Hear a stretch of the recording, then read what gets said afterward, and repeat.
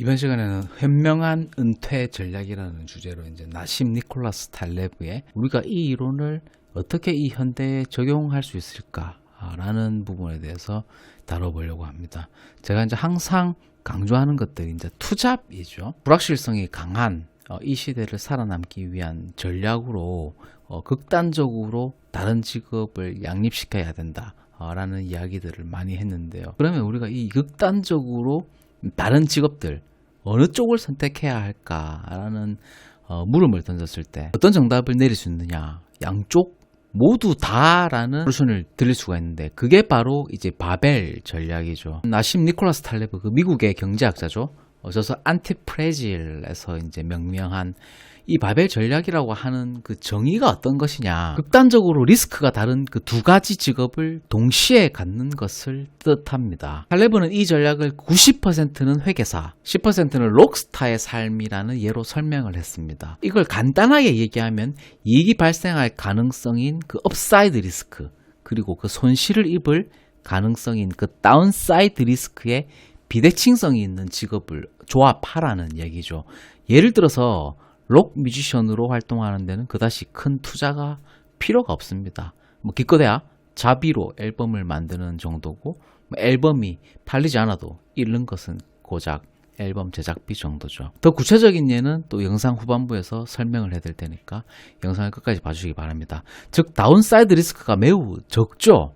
반면에 어떤 계기로 앨범이 잘 팔리면 그 막대한 돈과 명예를 얻게 됩니다. 즉 업사이드 리스크가 굉장히 큰 영역이라는 뜻이죠.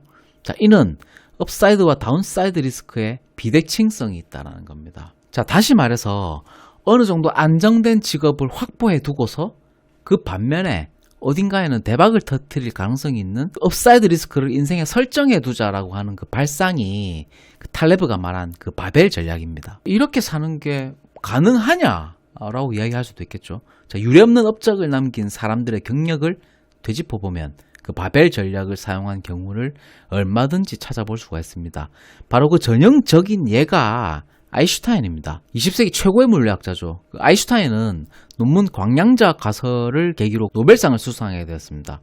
그런데 이 논문은 아인슈타인이 그 스위스 베른의 특허청 심사관으로 일하면서 여가 시간에 집필한 거예요. 아인슈타인은 특허청 공무원이었거든요. 월급쟁이였다는 말이죠. 아인슈타인은 특허청 공무원이라는 리스크가 극히 적은 일을 하는 동시에 그 과학 논문을 써서 노벨상을 수상하게 된 건데요.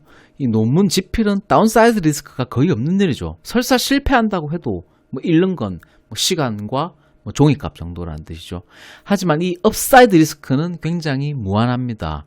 이 논문 덕분에 아인슈타인은 세계적인 명성을 얻었고 전형적인 그 바벨 전략의 성공 사례라고 할 수 있습니다. 세상이 변동적이고 불확실하고 복잡하고 모호한 상황으로 치닫고 있습니다. 통상적으로 불확실성이란 그 부정적인 요소로서 기피되는 경향이 있지만 사실 그 불확실성에는 다운사이드 리스크뿐만 아니라 업사이드 리스크도 존재하게 됩니다. 즉 인생에서 불확실성을 쫓아낸다면 대박날 가능성마저도 배제하는 것입니다. 한 가지 직업에만 전념한다면 그 일에 다운사이드 리스크가 파도처럼 밀려올 때 생활은 그냥 파탄나는 겁니다. 리스크 유형이 다른 여러 일자리를 갖는 것이 바람직한 전략이다 라고 하는 것이 핵심이겠죠. 그런데 이게 전혀 새로운 생각이 아닙니다. 예로부터 기업 전략의 영역에서 쓰인 그 포트폴리오라는 개념과 통하기 때문인데요. 기업의 포트폴리오는 안정적으로 현금을 만들어내는 오늘의 사업을 펼치면서 늘 미래에는 대박을 터뜨릴지도 모르는 여러 가지 내일의 사업, 착수하는 형태를 갖추어야 하는 것입니다. 당연한 얘기죠. 그렇다면 이걸 개인의 경력으로 똑같이 적용해보는 것도 어떨까? 자, 이미 설명했듯이 인간의 수명은 100세 시대, 100세 시대에 이른 반면 기업의 수명은 점점 짧아지고 있습니다.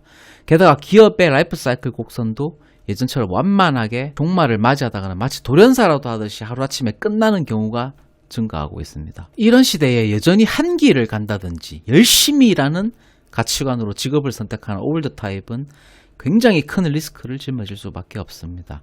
이런 시대의 뉴 타입은 리스크가 다른 유형의 일자리로 그 포트폴리오를 구성하면서 다양한 조직을 넘나들면서 양립시키는 구조가 되어야 될 것입니다.